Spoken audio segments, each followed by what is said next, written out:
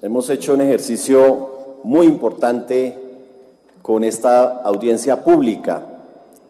Debemos dejar constancia para que el país se entere, los televidentes y obviamente todo el movimiento sindical, de que el Ministerio del Interior no se hizo presente. A pesar de que estaba convocado, sí llegó una carta donde el ministro se excusa, pero no se hizo presente para efectos de responder al movimiento sindical en esta audiencia. La Fiscalía General hace un ratico mandó una carta, mandó una información que no hemos alcanzado a analizar sobre las preguntas que se hicieron, pero vamos a hacer llegar a todos las centrales obreras lo que la Fiscalía ha contestado. Hay que aclarar que la Fiscalía no puede ser citada al Congreso, la Fiscalía se invita, igualmente nunca viene. Sobre el Ministerio del Trabajo, pues yo no he podido ver a Lucho Garzón, es presidente de una central sindical, hoy ministro, en ninguna audiencia en el Congreso. Lamentablemente no le parece importante o no le ha parecido importante venir en las audiencias que hemos tenido. Le agradecemos al doctor Enrique Borda, viceministro, el que se haya hecho presente y haya hecho los anuncios. Y esta audiencia yo la consideré y la convocamos con el apoyo pues de la Escuela Nacional Sindical, del colectivo de abogados, José Alvear Restrepo, con el apoyo de las centrales sindicales, de la UTL. También hay que hacerle un reconocimiento a Gustavo Rodríguez y a Orlando Echeverry, que están allí en la cabina permitiendo que llegue la transmisión, también trabajadores, a todos los colombianos, y a las señoras que nos han atendido acá de Servicios Generales, a doña Blanca Adán, a doña Cecilia Vargas y a Ana Celia Celis, porque siempre visibilizamos los trabajadores, ¿no? Y ellos están trabajando.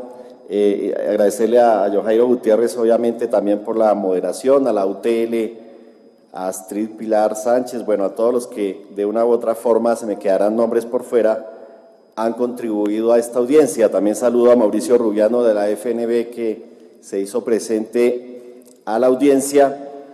Y quisiera decir entonces que esta audiencia es un homenaje a los trabajadores en Colombia, al movimiento sindical que ha sido heroico. Aquí no solamente estamos dándole un homenaje a esos 14.000 y más de sindicalistas que han sido objeto de violencia antisindical, amenazas, desplazamientos, exilios, torturas, atentados, sino a los que han sido, por supuesto, asesinados, sino que es un homenaje al sindicalismo actual, a los líderes sindicales que hoy siguen expuestos a la violencia en Colombia y que por décadas mantienen en alto la lucha por la defensa de los derechos de los trabajadores en Colombia. Y cuando hablamos entonces de reivindicar a las víctimas, no es solamente para ahorrar su memoria, sino para tomar las banderas de todos esos hombres y mujeres que lideraron el movimiento sindical y decirles que estamos presentes en sus luchas, en sus idearios, en sus sueños, donde tengamos un país donde el trabajo sea digno, donde los que trabajan se les respete su dignidad. Esta audiencia deja unas conclusiones, deja clarísimo, no voy a decir nada que no se haya dicho en esta audiencia, que la reparación colectiva al movimiento sindical es una deuda histórica.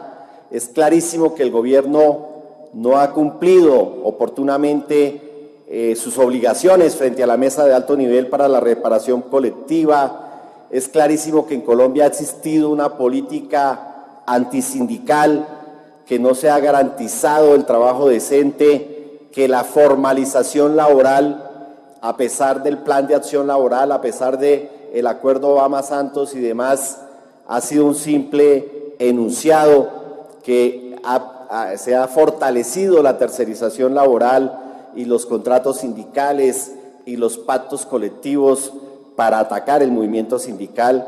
Es clarísimo que la estigmatización de los trabajadores en Colombia ha llevado a que mucha gente vea, mal vea pues el movimiento sindical por la campaña de estigmatización que se ha hecho históricamente, por el acoso sindical, por la hostilidad a los trabajadores que insinúan organizarse, asociarse, crear un sindicato, y obviamente esa es una situación que no se ha superado, que la reparación colectiva tiene que pasar por restablecer la tasa de sindicalización en Colombia.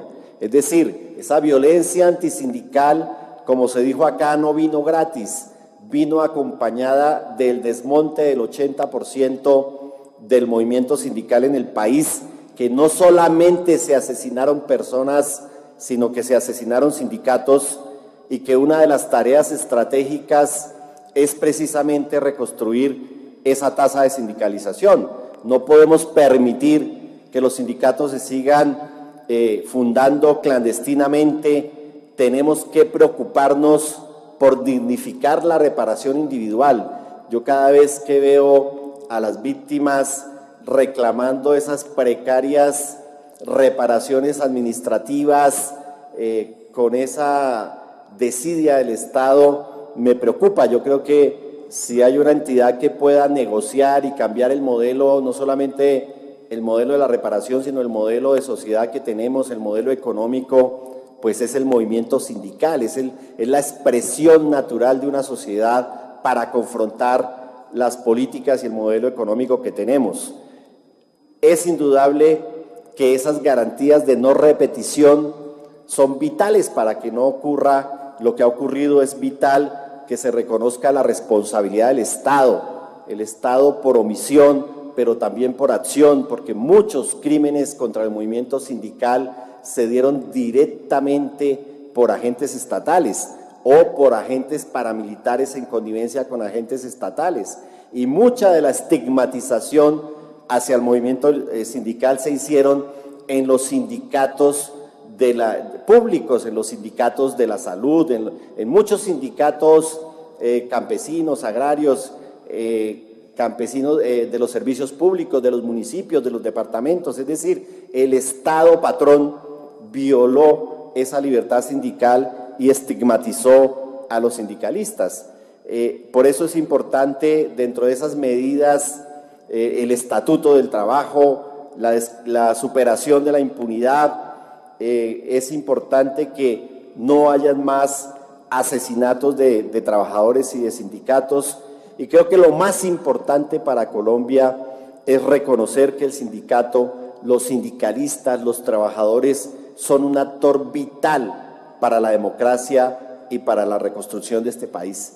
Y por eso, compañeros y compañeras, no puedo cerrar esta audiencia sin reconocer ese trabajo heroico que ustedes han hecho por años. El país entero les tiene que agradecer al movimiento sindical, a los líderes sindicales, el luchar por la dignidad de los trabajadores en el país. Y creo que eso implica también que dentro de esas garantías de no repetición, como lo planteaba ahorita Fabio Arias de la CUT, es muy importante, porque yo esta semana daba un debate, y en las últimas semanas, muy fuerte en el Congreso, frente a la persistencia del paramilitarismo en Colombia.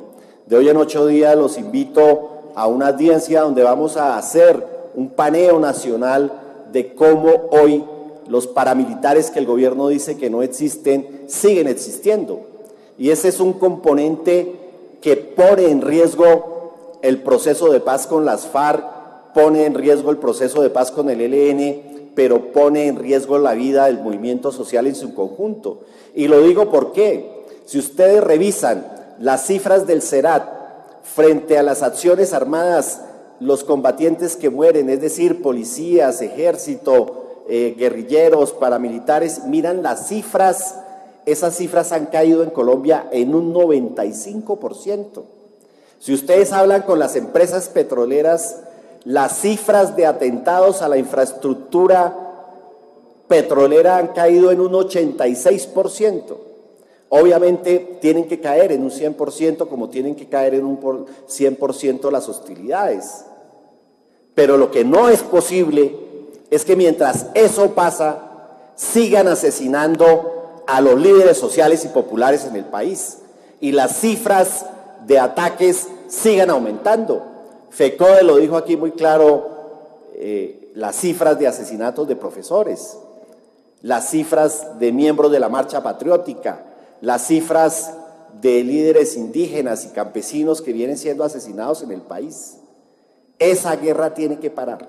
Y en este Congreso se hacen discursos de guerra, llamando a la violencia.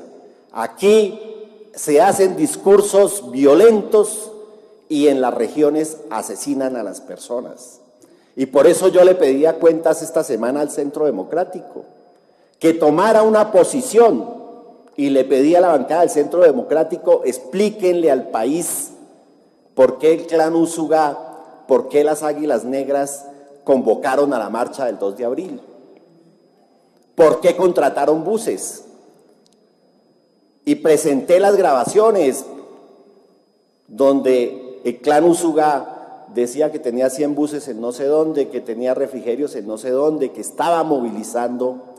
Y pregunté al país si es que aquí estábamos haciendo un paro armado contra el proceso de paz y una marcha legítima y pacífica contra el proceso de paz, y por qué coincidían esas dos marchas, esas dos expresiones, una violenta y una democrática, y por qué, insisto, estos grupos paramilitares convocaban a esa movilización. Entonces, fíjense ustedes que la construcción de la paz y el que no maten ni a un sindicalista, ni a un líder social, ni a un indígena, ni a cualquier sector líder popular en Colombia, pasa por ese no más a la violencia. Yo creo que si hay algo que conmemorar hoy y mañana en el Día de las Víctimas, es que la guerra tiene los días contados, que esta guerra se tiene que acabar y que tenemos que seguir debatiendo y moviendo este conflicto social a través de la movilización, a través de la organización y a través de la participación social y popular. Entonces, compañeros y compañeras, doy por cerrada esta audiencia, agradezco la atención a todos ustedes, a quienes nos vieron desde sus casas, avisaremos cuando se retransmita nuevamente esta audiencia y agradecemos a todas y todos los que han hecho la cobertura a través de los medios alternativos para que en muchas regiones del país se sepa la situación y la importancia de la reparación colectiva como un instrumento para la paz en Colombia. Muchas gracias.